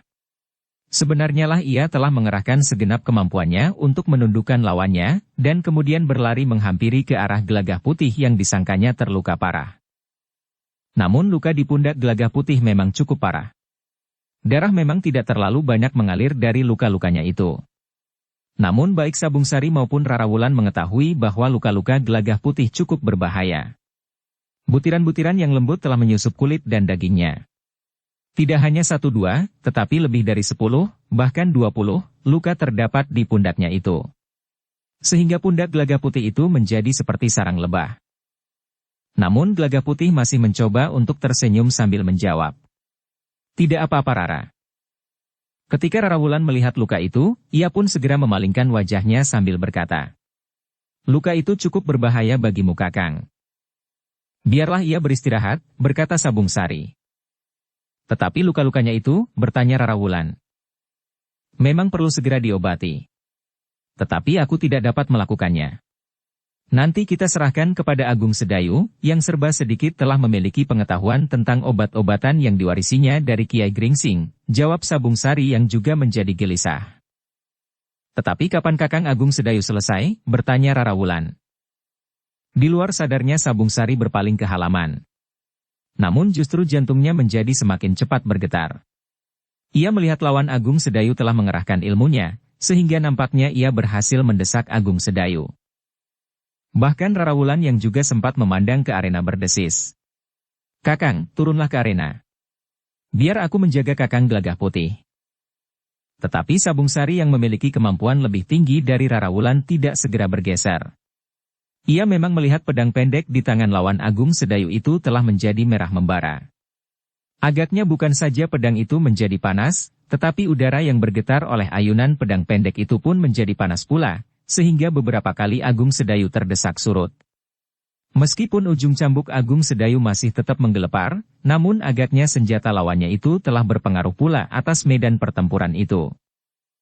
Namun sebenarnya lah bahwa Agung Sedayu telah mengeterapkan ilmu kebalnya, sehingga panas yang terpancar dari pedang pendek yang berputaran menyambar dan mematuk itu tidak terlalu berpengaruh terhadap Agung Sedayu.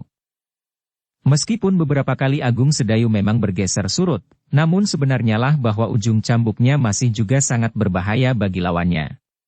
Meskipun ujung cambuk itu belum berhasil menggores kulit Ki Samepa, namun getarannya yang sangat kuat itu setiap kali memang terasa bagaikan menekan jantung, sehingga Kisamepa itu kadang-kadang harus menahan diri justru saat-saat ia mendapat kesempatan untuk menyerang. Karena itu, maka Kisamepa pun tidak menunggu lagi. Meskipun ia juga melihat bahwa seorang di antara anak-anak muda yang diburunya itu terluka, namun ia pun masih saja digelisahkan oleh pertempuran itu dalam keseluruhan, apalagi ketika ia menyadari bahwa sentuhan-sentuhan panas senjatanya tidak begitu berpengaruh terhadap lawannya. Bahkan ketika ia merasakan sentuhan pedang pendeknya atas kulit lawannya tidak menimbulkan luka, maka orang itu pun sadar bahwa lawannya itu tentu memiliki ilmu kebal. Karena itu maka tidak ada cara lain untuk menundukkan lawannya selain dengan mengerahkan ilmu puncaknya. Sabung Sari, Rara Wulan dan bahkan Gelagah Putih pun menjadi gelisah. Ia melihat pedang pendek yang membara itu seakan-akan menjadi semakin panas. Cahaya yang kemerah-merahan itu telah menjadi semakin merah, bagaikan besi baja di perapian seorang pandai besi. Ketika pedang itu menjadi kebiru-biruan, maka Sabung Sari pun dengan tidak sengaja telah bergeser selangkah maju. Gelagah Putih yang terluka sempat berdesis. "Kakang Sabung Sari." Nampaknya lawan Kakang Agung Sedayu itu sudah sampai ke puncak ilmunya. Sabung Sari tidak menjawab. Tetapi wajahnya menjadi semakin tegang. "Mendekatlah." Rara Wulan hampir berteriak. "Kakang Agung Sedayu nampaknya masih belum mempergunakan ilmu pamungkasnya," desis Gelagah Putih. "Tetapi mendekatlah," ulang Rara Wulan. "Agung Sedayu mempunyai harga diri yang tinggi. Jika aku mencampuri pertempuran itu, aku tidak yakin apakah Agung Sedayu tidak justru marah kepadaku," sahut Sabung Sari. Namun Sabung Sari ternyata tidak menunggu lebih lama lagi. Ketika ia melihat Sekar Mirah mendekati Agung Sedayu, maka Sabung Sari pun telah mendekatinya pula.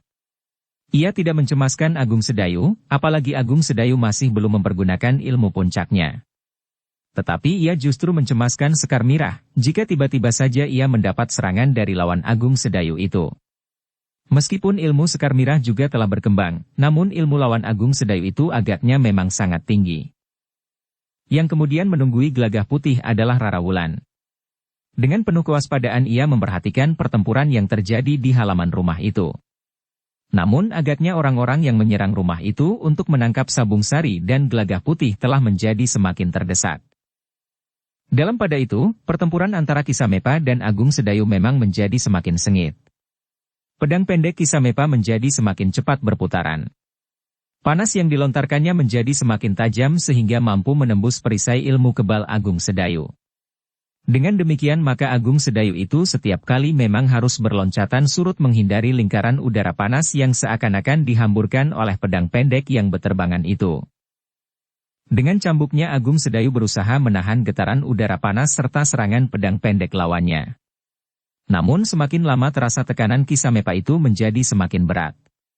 Rasa-rasanya kemana ia pergi dan menghindar, ujung pedang itu selalu memburunya. Kadang-kadang terasa sentuhan-sentuhan tajamnya pedang yang membara bahkan sampai kebiru-biruan itu.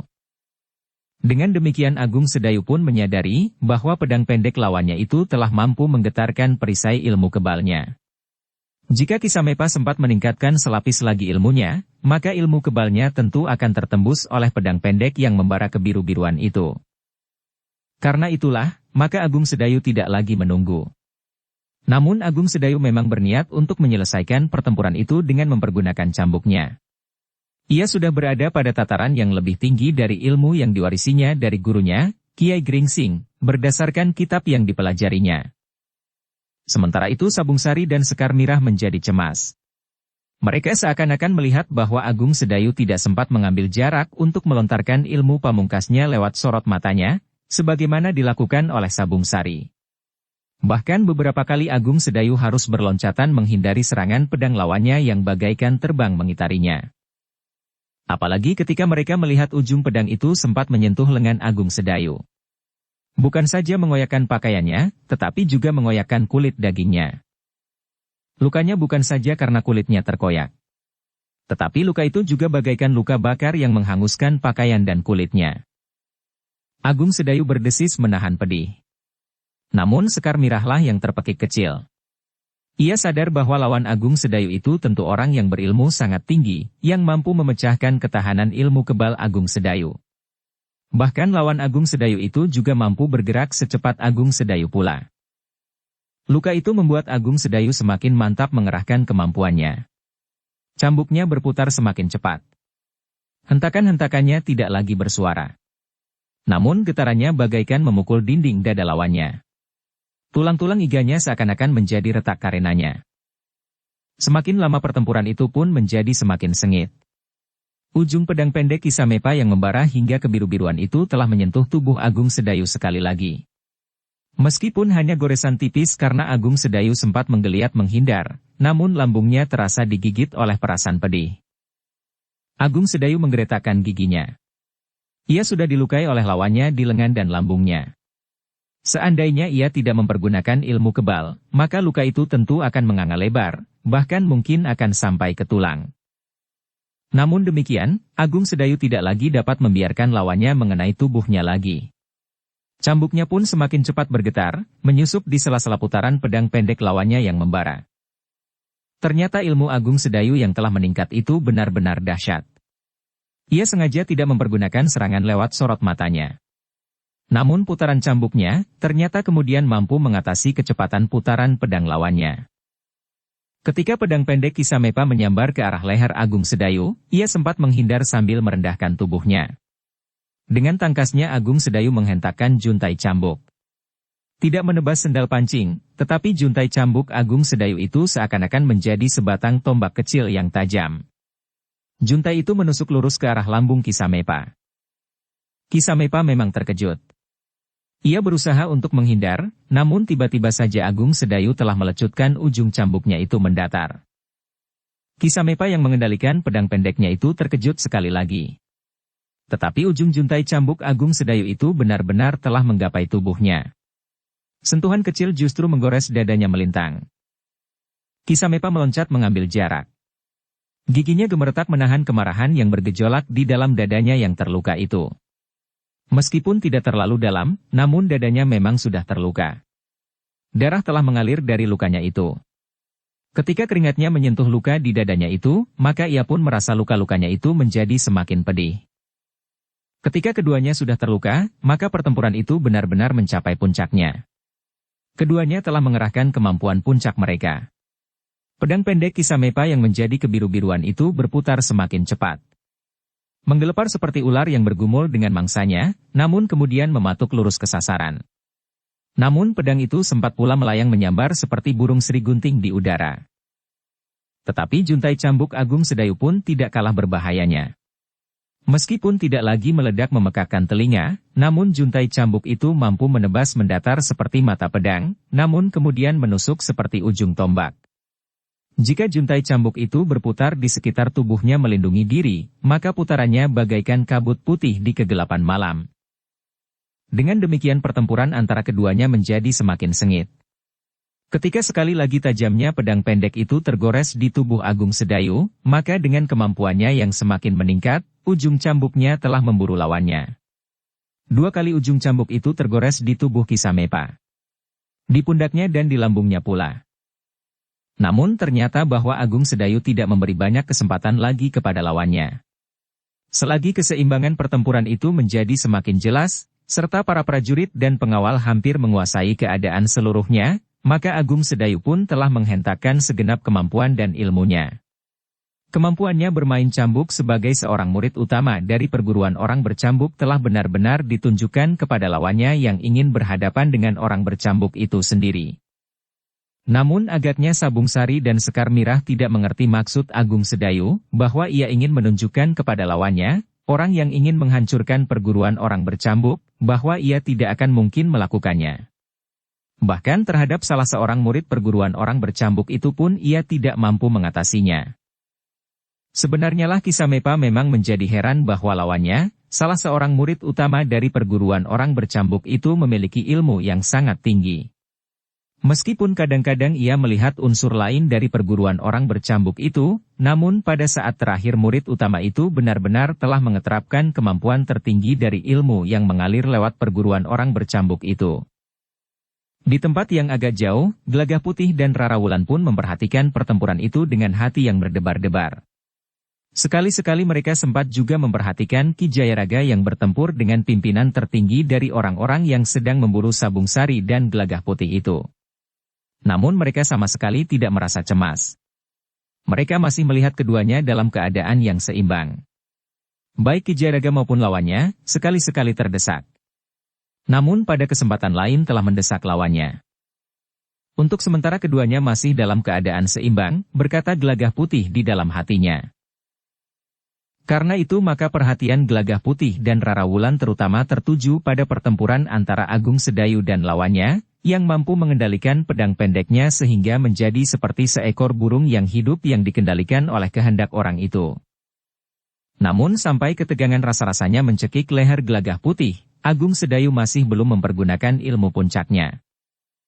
Meskipun demikian, namun pertempuran itu memang nampak menjadi semakin cepat dan semakin keras.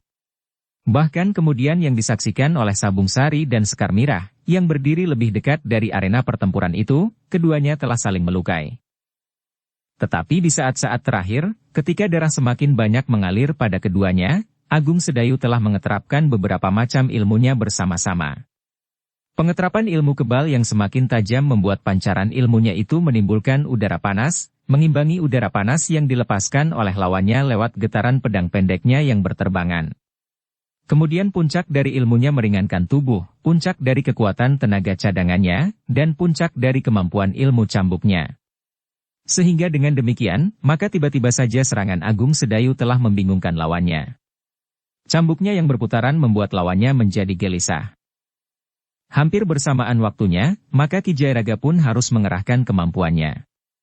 Ki Manuhara yang tanggap akan keadaan, berniat untuk menghancurkan Ki Jayaraga dengan cepat, agar ia dapat segera ikut menyelesaikan para pengawal dan prajurit dari pasukan khusus Mataram di Tanah Perdikan Menoreh yang telah ikut membantu melindungi kedua orang anak muda yang akan diambilnya, namun yang justru telah membunuh dua orang kepercayaannya.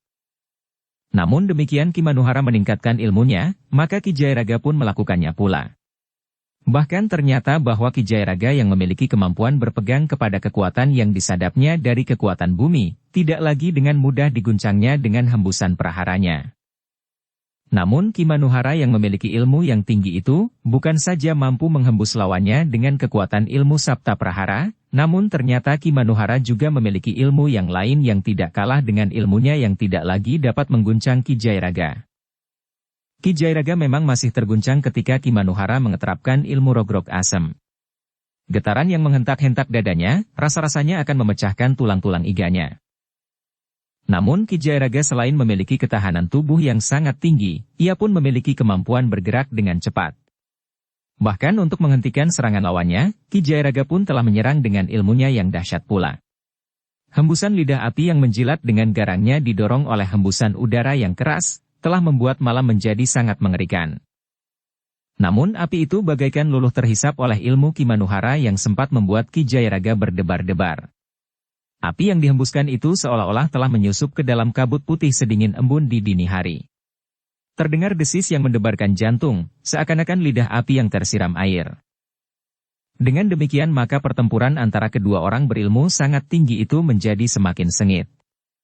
Mereka tidak lagi berloncatan menghindar dan menyerang. Tetapi benturan-benturan ilmulah yang telah terjadi. Keringat telah membasahi seluruh pakaian dan tubuh kedua orang itu bagaikan baru saja menyelam di belumbang. Meskipun keduanya masih belum terkelupas kulitnya, apalagi terluka, namun keduanya telah merasa betapa pertempuran itu telah sangat meletihkan. Mereka telah menghentak-hentakkan ilmu mereka. Namun keduanya masih mampu menghindar, menangkis dengan membenturkan ilmu mereka yang tinggi.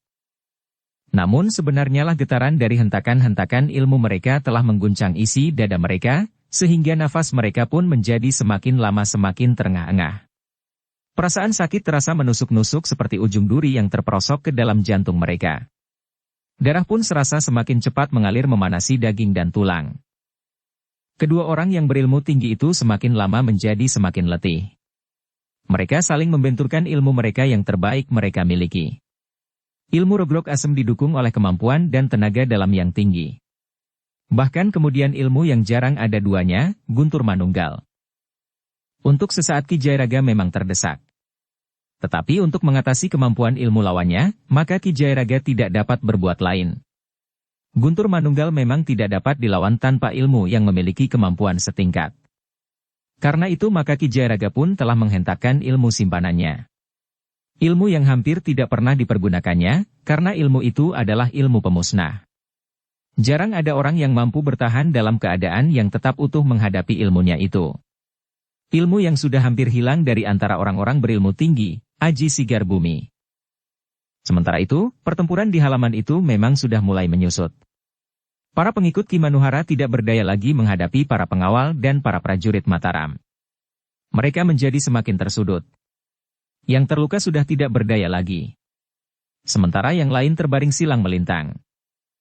Sedangkan keadaan di luar halaman rumah Agung Sedayu itu pun menjadi tenang. Meskipun api masih nampak menyala, namun sudah menjadi semakin redup, sehingga tidak lagi membuat seisi padukuhan induk itu kebingungan, meskipun orang-orang padukuhan induk itu masih sibuk berusaha untuk memadamkannya sama sekali. Beberapa pengikut Ki Manuhara yang tertangkap di luar halaman rumah Agung Sedayu telah digiring ke halaman rumah Ki Gede. Hampir saja orang-orang padukuhan induk Tanah Perdikan itu kehilangan kendali sehingga ingin membunuh semua pengikut Ki Manuhara meskipun mereka telah menyerah.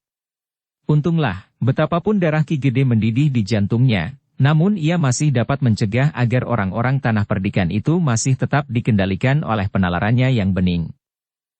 Karena itulah, maka mereka yang telah menyerah dan tertangkap hidup masih mendapat kesempatan untuk menunggu terbitnya matahari di keesokan harinya, karena nampaknya langit sudah menjadi semburat merah. Sementara itu, pertempuran di halaman rumah Agung Sedayu pun hampir mencapai puncaknya. Para pengikut Ki Manuhara pun telah dilumpuhkan. Yang masih tetap segar, satu demi satu melemparkan senjatanya untuk menyerah. Namun dalam pada itu, pertempuran yang terjadi antara Ki Manuhara melawan Ki Jayaraga serta Ki Samepa melawan Agung Sedayu menjadi semakin sengit. Keduanya telah mencapai puncak dari kemampuan mereka masing-masing. Hampir bersamaan waktunya mereka yang terlibat dalam pertempuran itu berusaha untuk menyelesaikan lawan mereka. Dalam pada itu, Ki Manuhara sudah siap melontarkan ilmu puncaknya untuk menghancurkan lawannya, Ki Jayaraga. Meskipun Ki Jayaraga sempat menghindar ketika Ki Manuhara melepaskan ilmu puncaknya, namun Ki Manuhara tidak membiarkannya terlepas dari tangannya. Namun ketika Ki Manuhara memburunya dan siap melepaskan Aji Guntur Manunggal, maka Ki Jayaraga pun telah siap pula dengan ilmunya yang jarang dilepaskannya, Aji Sigar Bumi. Dua ilmu yang dahsyat saling berbenturan. Dua kekuatan yang jarang ada bandingnya. Karena itu, benturan antara keduanya bagaikan benturan antara dua buah gunung yang saling beradu. Dua ilmu yang dahsyat yang jarang ada duanya. Dalam benturan itu, Ki Jayaraga bagaikan terlempar beberapa langkah surut. Bahkan tubuhnya pun telah terbanting jatuh hampir saja menimpa sebatang pohon yang ikut terguncang, meskipun tidak terkena langsung oleh kedua macam ilmu yang saling berbenturan itu. Sementara itu, Ki Manuhara pun telah terlempar pula dan jatuh berguling ke arah pintu regol halaman rumah Agung Sedayu. Ternyata akibatnya sangat pahit bagi keduanya. Ketika keduanya berusaha untuk bangkit, maka terasa dada mereka menjadi sesak, bahkan kemudian terasa sangat sakit. Hampir saja keduanya tidak mampu lagi berdiri tegak. Apalagi ketika ternyata terasa darah yang hangat mengalir dari sela-sela bibir mereka. Bersambung ke bab 396. Dukung kami dengan subscribe, follow, like, komen dan share. Terima kasih.